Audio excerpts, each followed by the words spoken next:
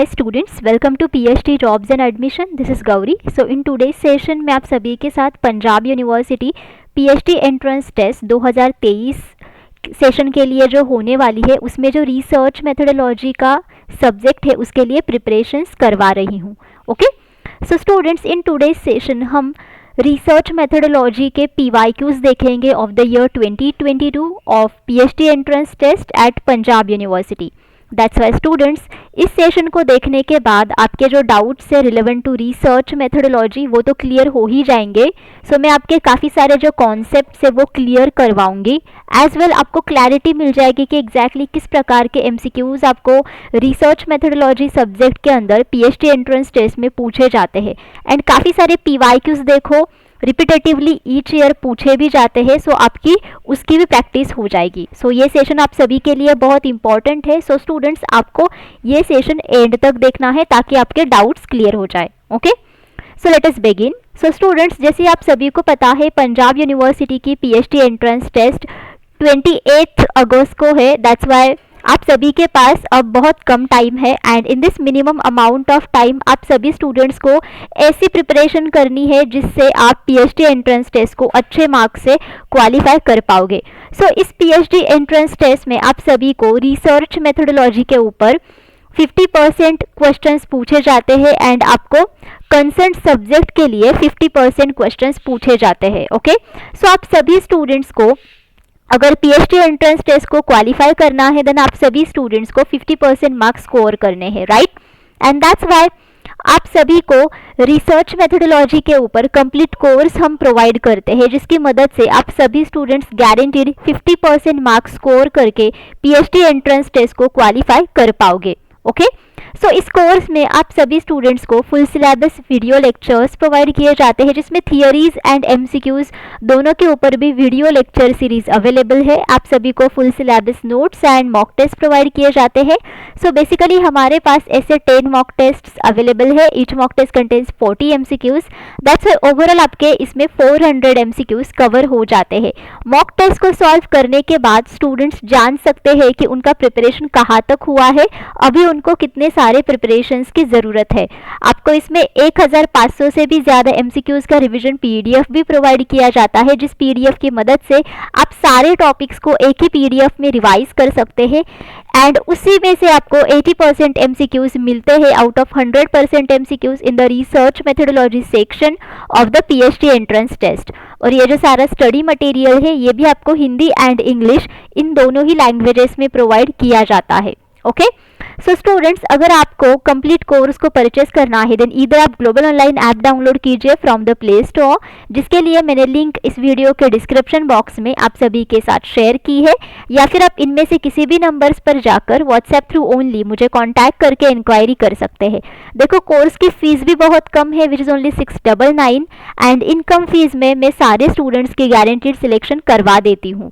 Okay, fine. So now let us begin.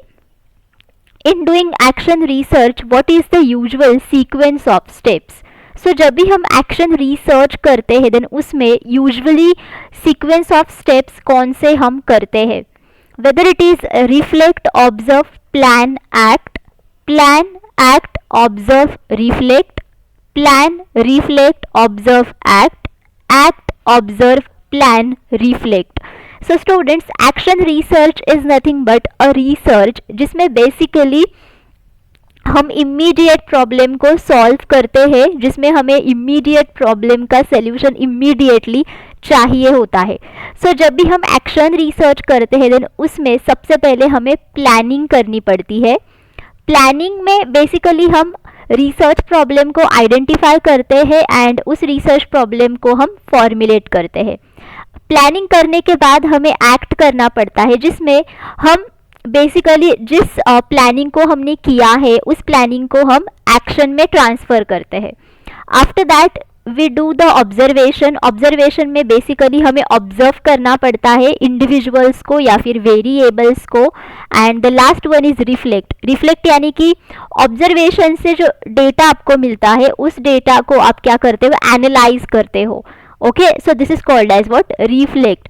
And data को analyse करने के बाद आपको रिजल्ट्स मिलते हैं। अगर आपको रिजल्ट्स अच्छे मिलते हैं देन इट्स गुड, बट अगर आपको रिजल्ट्स अच्छे नहीं मिलते हैं देन आप उस रिसर्च को फिर से करते हो। दैट्स वाई एक्शन रिसर्च के जो सीक्वेंस ऑफ स्टेप्स होते हैं वो नथिंग बट साइक्लिकल मैनर में होते हैं, मतलब साइकिल होती है, प्लान करो, एक्ट करो, ऑब्जर्व करो, रिफ्लेक्ट करो, then again plan, act, observe, reflect. So ये साइकिल होती है एंड दैट्स वाई इसे कहा जाता है plan, do, study, act. Okay, plan, do, study, act, ऐसा इसे कहा जाता है। या फिर आप इसे कह सकते हो प्लान, डू, चेक, एक्ट, ये भी कहा जाता है इसे। Okay, so here your correct answer should be what, 2, because सबसे पहले हमें प्लानिंग करना है, देन एक्शन लेनी है, ऑब्जर्वेशन करना है, देन रिफ्लेक्ट। सो ये साइक्लिकल मैनर में चलता ही रहता है एक्शन रिसर्च में। Okay, first hand personal study of local settings is referred to as. So first hand जो पर्सनल स्टडी होता है वो भी लोकल सेटिंग्स का, उसे हम क्या कहते हैं, वेदर हम इसे एथनोलॉजी कहेंगे या फिर एथनो साइंस या फिर एथनोग्राफी या फिर ethno history. Okay, so students now let us see all of these options one by one. What is ethnology? Ethnology का मतलब क्या होता है? एथनोलॉजी में हम क्या करते हैं, हम कंपैरेटिव एंड हिस्टोरिकल स्टडी करते हैं ऑफ डिफरेंट कल्चर्स और people.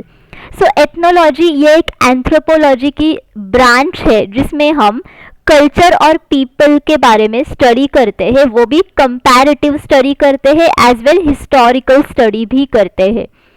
Ethno science, what is ethno science? So ethno science ये भी एक एंथ्रोपोलॉजी की ही सब फील्ड है जिसमें बेसिकली हम स्टडी करते हैं कि किस प्रकार डिफरेंट कल्चर्स जो होते हैं वो क्लासिफाई हुए हैं। हम अंडरस्टैंड करते हैं कि उन कल्चर्स के अराउंड ये वर्ल्ड कैसे बना है उसके बारे में, and that's why it is called as what, ethno science.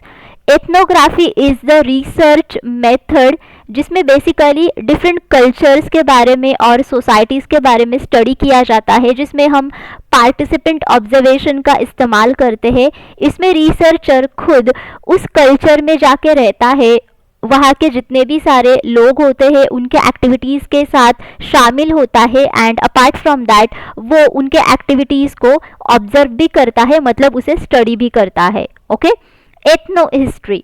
Now what is ethno history? So ethno history में भी हम कल्चर्स एंड जो इंडिजिनस लोग होते हैं उनके बारे में स्टडी करते हैं, but by using historical and ethnographic methods. Okay, so students here your correct answer should be 3, ethnography, because ethnography is the first hand personal study होता है, वो भी लोकल सेटिंग्स का। लोकल सेटिंग्स का मतलब होता है कल्चर या फिर सोसाइटी या फिर community. First hand personal study का मतलब होता है कि एक ही रिसर्चर इसमें स्टडी करता है, वो भी लोकल सेटिंग्स के बारे में। एंड पर्सनल स्टडी ये है बिकॉज यहाँ पे रिसर्चर पार्टिसिपेंट ऑब्जर्वेशन टेक्निक का इस्तेमाल करता है, बिकॉज यहाँ पे रिसर्चर खुद उस पर्टिकुलर लोकल सेटिंग्स में जाके रहता है, उसके जितने भी सारे एक्टिविटीज़ होते हैं उसमें वो शामिल होता है, that's why. So here your correct answer should be what, 3। So students, Punjab university PhD entrance test को क्वालिफाई करने के लिए हम सभी आपके लिए पेपर 2 यानी कि सब्जेक्ट स्पेशलाइजेशन स्टडी मटेरियल भी प्रोवाइड करते हैं, जिस स्टडी मटेरियल की मदद से सारे स्टूडेंट्स कंसर्न्ड सब्जेक्ट में अच्छे मार्क्स स्कोर करके पीएचडी एंट्रेंस टेस्ट को क्वालिफाई कर सकते हैं। इसमें आप सभी को full syllabus notes and MCQs provide किए जाते हैं। सो एमसीक्यूज में आपको most expected MCQs and PYQs provide किए जाते हैं, जिनकी मदद से सारे स्टूडेंट्स सब्जेक्ट में अच्छे मार्क्स स्कोर करके एंट्रेंस टेस्ट को क्वालिफाई कर ही सकते हैं। So subject specialisation study material की जो फीस है वो है 999 एंड इनकम फीस में हम सारे स्टूडेंट्स की गारंटीड सिलेक्शन करवा देते हैं। ओके। सो स्क्रीन पर ये जितने भी सारे सब्जेक्ट्स मैंने मेंशन किए हैं, इन सारे सब्जेक्ट्स के ऊपर हमारे पास करंटली पेपर 2 यानी कि सब्जेक्ट स्पेशलाइजेशन का स्टडी मटेरियल अवेलेबल है। अगर आपको किसी और सब्जेक्ट के लिए स्टडी मटेरियल की ज़रूरत है देन आप मुझे कमेंट करके पूछ सकते हैं। So students, to join our courses आप इनमें से किसी भी नंबर्स पर जाकर व्हाट्सएप थ्रू ओनली मुझे कॉन्टैक्ट करके इंक्वायरी कर सकते हैं। सो देखो, ये जो स्टडी मटेरियल है ये आप सभी स्टूडेंट्स को एंट्रेंस टेस्ट में तो काम आ ही जाएगा, बट अपार्ट फ्रॉम दैट आप सभी को ये इंटरव्यू सेशन में भी बहुत ज़्यादा काम आएगा। ओके, बिकॉज इंटरव्यू सेशन में भी आपको काफ़ी सारे क्वेश्चंस आपको पूछे जाते हैं on the concern subject for the research proposal. Okay, that's why इसमें जितने भी सारे नोट्स होते हैं ये आपको इंटरव्यू सेशन में भी बहुत काम आते हैं। The comparative and historical study of cultures और people is known as. Now यहाँ पे आपको पूछा है कि अगर आप कंपैरेटिव एंड हिस्टोरिकल स्टडी करते हो वो भी कल्चर के बारे में या फिर पीपल के बारे में, देन आप उसे क्या कहोगे? Whether you will call it as ethnography या फिर एथनोलॉजी या फिर एथनो हिस्ट्री या फिर एथनो साइंस। सो इन सारे जो टॉपिक्स है इनको हमने अब भी देखा। Let is revise once again. Ethnography में तो हम कल्चर के बारे में स्टडी करते हैं जिसमें रिसर्चर पार्टिसिपेंट ऑब्जर्वेशन टेक्निक का इस्तेमाल करता है। Ethnology is the branch of anthropology जिसमें बेसिकली हम कल्चर और पीपल के बारे में स्टडी करते हैं, बट इसमें हम कंपैरेटिव एंड हिस्टोरिकल स्टडीज़ का इस्तेमाल करते हैं। ओके, सो इसमें बेसिकली हम डिफरेंट कल्चर्स के बारे में स्टडी करते हैं एंड हमारा एक ही एम होता है कि हम जो जनरल पैटर्न्स होते हैं, प्रिंसिपल्स होते हैं डिफरेंट कल्चर्स में, उनको हम आइडेंटिफाई कर सके, जिसकी मदद से हम human behaviour and social organisation को भी क्या कर सकते हैं, एक्सप्लेन कर सकते हैं। सो एथनोलॉजी में basically comparative and historical studies का इस्तेमाल करके कल्चर्स और लोगों के बारे में स्टडी किया जाता है। That's here your correct answer should be what? Ethnology. Ethno history and ethno science ये भी हमने अभी देखा पिछले ही क्वेश्चन में, बिकॉज एथनो हिस्ट्री जो टॉपिक है ये बेसिकली ये एक यू कैन से ब्रांच है जिसमें हम कल्चर्स एंड इंडिजिनस लोगों के बारे में स्टडी करते हैं, but by using historical and ethnographic methods, जिसमें हम काफ़ी सारे टेक्निक्स जो होते हैं एंथ्रोपोलॉजी एंड हिस्ट्री में उनको कंबाइन करके स्टडी करते हैं ताकि हम काफ़ी सारे एक्सपीरियंसेस को, देन सोशल ऑर्गेनाइजेशन को एंड कल्चरल प्रैक्टिसेस जो होते हैं इंडिजिनस लोगों के, उनको हम अंडरस्टैंड कर सके। Okay, ethno science is again a branch of anthropology और यू कैन से कि सब ब्रांच है ये एक एंथ्रोपोलॉजी की, जिसमें हम फोकस करते हैं कि हम स्टडी कर सके कि डिफरेंट कल्चर्स कैसे क्लासीफाई हुए हैं and how the world is made around the different cultures. Okay, IPR stands for, now IPR का फुल फॉर्म क्या है? Whether it is intellectual patent rights, then international property rights, Indian property rights, intellectual property rights. So students, IPR का full form है intellectual property rights. So इसमें से जो intellectual property जो होती है, इंटेलेक्चुअल प्रॉपर्टी का मतलब होता है कि ये एक ऐसी एक आदि you can say cheese, okay, और जिसमें बेसिकली हमने काफ़ी सारा इन्वेंशन किया है, फॉर एग्जांपल सिंबल्स, देन ऐसी प्रॉपर्टी जिसको हमने इन्वेंट किया है। ओके, और जैसे कि देखो आर्ट स्कल्पचर्स लाइक दैट। सो ये जो बेसिकली चीज़ें होती है इसे कहा जाता है व्हाट? Intellectual property. एंड इन्हीं इंटेलेक्चुअल प्रॉपर्टी को प्रोटेक्ट करने के लिए और जिन ऑर्गेनाइजेशन ने और जिन लोगों ने ऐसे इंटेलेक्चुअल प्रॉपर्टी को बनाया है उनके लिए जो लॉज हमने बनाए हैं इसे कहा जाता है व्हाट? Intellectual property rights. ये राइट्स हमने बनाए हैं बिकॉज हम जो लोग बेसिकली ऐसे आर्ट्स एंड कल्चर्स ये जो सारी चीज़ें इन्वेंट करते हैं उनको हम एक एक्नॉलेजमेंट दे सके एंड उनके जितने भी सारे इन्वेंशंस है उनको हम प्रोटेक्ट कर सके एंड ऐसे लोगों को हम एक मॉनिटरी बेनिफिट्स दे सके। सो इसके लिए इंटेलेक्चुअल प्रॉपर्टी राइट्स बनाए गए हैं और जिसमें से फॉर एग्जांपल ट्रेडमार्क्स होते हैं, काफ़ी सारे ट्रेडमार्क्स होते हैं, देन कॉपीराइट्स होते हैं। So these are the examples of what? Intellectual property rights. So here your correct answer should be 4. Patent Cooperation Treaty, that is PCT, entered into force in. Now Patent Cooperation Treaty, ये कब से हमने इसे इस्तेमाल करना शुरू कर दिया? 1978 में, या फिर 1987 में, या फिर 1950, या फिर 1991? सो स्टूडेंट्स, ये जो PCT है इसे हमने 1978 में इस्तेमाल करना और यू कैन से फॉलो करना शुरू कर दिया था, बट इसको बेसिकली 1970 में ही साइन इन करवा गया था, एंड इसमें बेसिकली 18 कॉन्ट्रैक्टिंग स्टेट्स भी थे. Okay, so here your correct answer should be what? 1, that is 1978. दो इसे 1970 में साइन इन किया गया था, बट इसका जो अच्छे से इस्तेमाल होता है और जब से हमने इसे प्रॉपरली इस्तेमाल करना और फॉलो करना शुरू किया था वो था 1978. Which of the following is not included in the basic structure of a research paper? Now इनमें से कौन सा ऑप्शन ऐसा है जो हम रिसर्च पेपर का जो बेसिक स्ट्रक्चर होता है उसमें हम इन्वॉल्व नहीं करते हैं? Abstract, references, conflict of interest statement, details of financial expenditure. So students, हम सभी ने देखा कि एग्जैक्टली रिसर्च पेपर होता क्या है. Research paper is nothing but a research report, जिसमें हम बताते हैं कि हमने रिसर्च प्रोसेस में क्या क्या किया था. सो रिसर्च प्रोसेस में जितने भी सारे स्टेप्स हम करते हैं, उन सारे स्टेप्स में से जितने भी सारे इंपॉर्टेंट फैक्ट्स होते हैं वो हम रिसर्च पेपर में लिखते हैं. सो रिसर्च पेपर में अब्स्ट्रैक्ट होता है जिसमें हम रिसर्च के बारे में ब्रीफ समरी देते हैं. इसमें रेफरेंसेस भी लिखते हैं जिसमें हम जितने भी सारे सोर्सेस को हमने इस्तेमाल किया है उनको हम साइट करते हैं. एंड हम कॉन्फ्लिक्ट ऑफ इंटरेस्ट स्टेटमेंट भी बताते हैं जिसमें हम बताते हैं कि रिसर्च में जो टॉपिक हमने यूज़ किया है उस टॉपिक के बारे में कुछ कॉन्फ्लिक्ट्स है. तो बिकॉज ये कॉन्फ्लिक्ट्स मेंशन करना बहुत ज़रूरी होता है, बिकॉज जब भी हम कॉन्फ्लिक्ट्स को मेंशन करते हैं देन उसमें से ये समझ में आता है कि रिसर्च ऑब्जेक्टिव्स में क्या दिक्कत आती है और रिसर्च ऑब्जेक्टिव्स को पाने के लिए क्या दिक्कत आती है. सो ये भी इम्पॉर्टेंट होता है. बस रिसर्च पेपर में फिनेंशियल एक्सपेंडिचर के डिटेल्स नहीं होते हैं. So this is your correct answer, because हमने कितने सारे फिनेंशियल एक्सपेंडिचर्स अभी तक किए हैं फॉर दिस रिसर्च, देन इसके बारे में जितनी भी सारी इंफॉर्मेशन होती है वो रिसर्च पेपर में होती नहीं है. Okay, Which of the following are the indices to measure quality of a research paper? Now इनमें से कौन से indices ऐसे हैं जो हम इस्तेमाल करते हैं ताकि हम रिसर्च पेपर की क्वालिटी मेजर कर सके? Impact factor, journal citation indicator, then source normalised impact per paper, या फिर all of these. So students, impact factor का मतलब क्या होता है?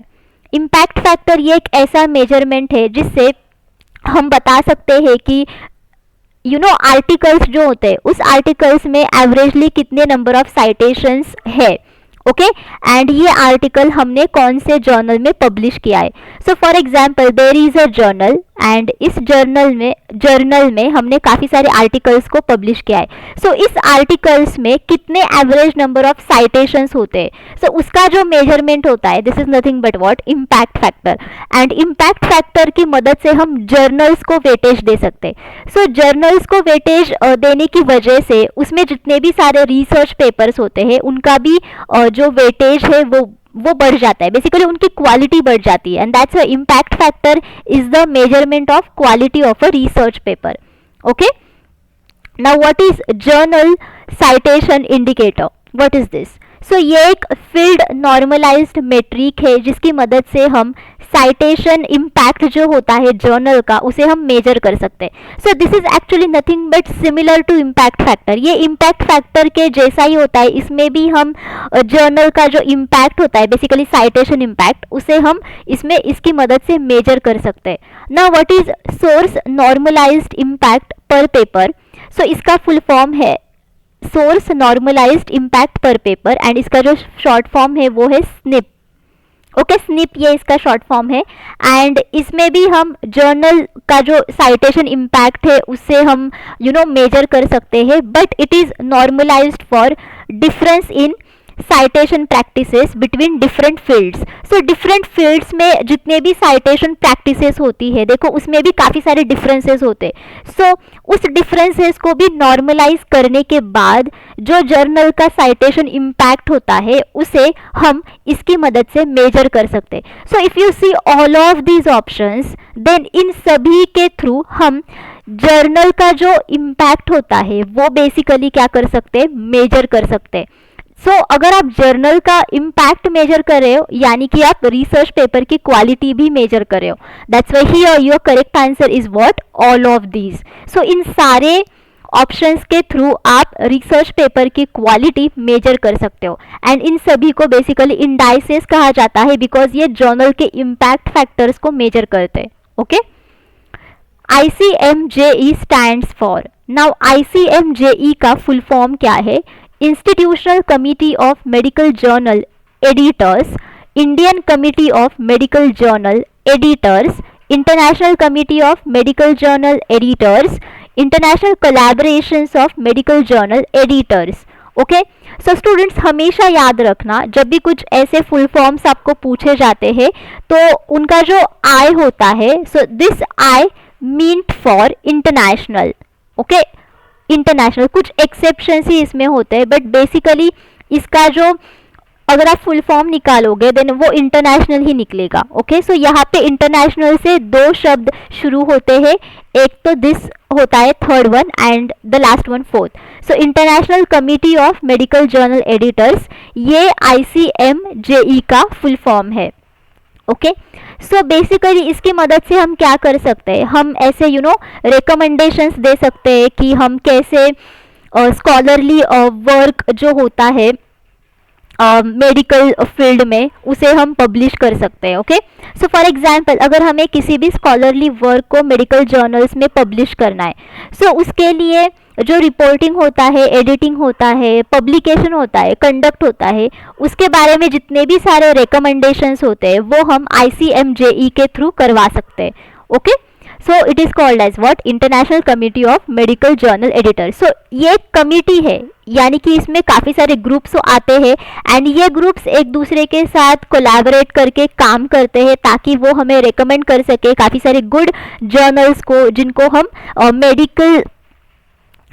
हम यूज़ कर सकते हैं ताकि हम जितने भी सारे आर्टिकल्स होते हैं मेडिकल फील्ड में उनको हम उसी जर्नल्स में पब्लिश के लिए दे सके। Okay, ISBN stands for, now ISBN का फुल फॉर्म क्या है? International social book number, Indian standard book number, institutional standard book number, international standard book number. So जैसे कि मैंने आप सभी को बोला कि आई का जो फुल फॉर्म होता है वो बेसिकली इंटरनेशनल ही होता है ज़्यादातर, बहुत कम एक्सेप्शंस है इसके लिए। सो यहाँ पे आपको इधर एक ऑप्शन सिलेक्ट करना है या फिर फोर्थ ऑप्शन सिलेक्ट करना है बिकॉज इंटरनेशनल ये दो वर्ड्स सिर्फ इन्हीं ऑप्शंस में है। सो ISBN का फुल फॉर्म है international standard book number. Okay, so international standard book number ये एक नंबर होता है। ओके, एंड ये नंबर हम एडिशन को देते हैं एंड वेरिएशन जो होता है बुक का उसे देते हैं। सो हर एक बुक का देखो एडिशन होता है एक पर्टिकुलर एंड उसके वेरिएशंस भी काफ़ी सारे होते हैं। सो उन वेरिएशंस को एंड एडिशंस को नंबर्स दिए जाते हैं ताकि हम ग्लोबली उस बुक को आइडेंटिफाई कर सके। सो ये जो नंबर होता है ये बेसिकली 13 डिजिट्स नंबर होता है। पहले ये 10 डिजिट का था बट अब ये 13 डिजिट्स का है एंड इसमें हम काफ़ी सारे हाइफन्स एंड स्पेसेस देते हैं ताकि हम इन 13 डिजिट्स को 5 पार्ट्स में क्लासिफाई कर सकें। ओके, सो बेसिकली ये जो 5 पार्ट्स होते हैं, दिस 5 पार्ट्स कंप्राइजेस ऑफ उस बुक की कंट्री क्या है, देन उसकी लैंग्वेज क्या है, उसका पब्लिशर कौन सा है, उसका टाइटल क्या है, उसका फॉर्मेट क्या है। So according to that, but यहाँ पे आपको सिर्फ यही अंडरस्टैंड करना है कि ISBN का फुल फॉर्म क्या है। It is what, international standard book number. Okay, which of the following is not a form of plagiarism. Now इनमें से कौन सा प्लेजरिज्म का फॉर्म नहीं है? Cutting and pasting from the internet without clear acknowledgement, accurate citation, failure to acknowledge assistance, verbatim quotation without clear acknowledgement. So students, plagiarism ये basically unethical thing है research methodology में।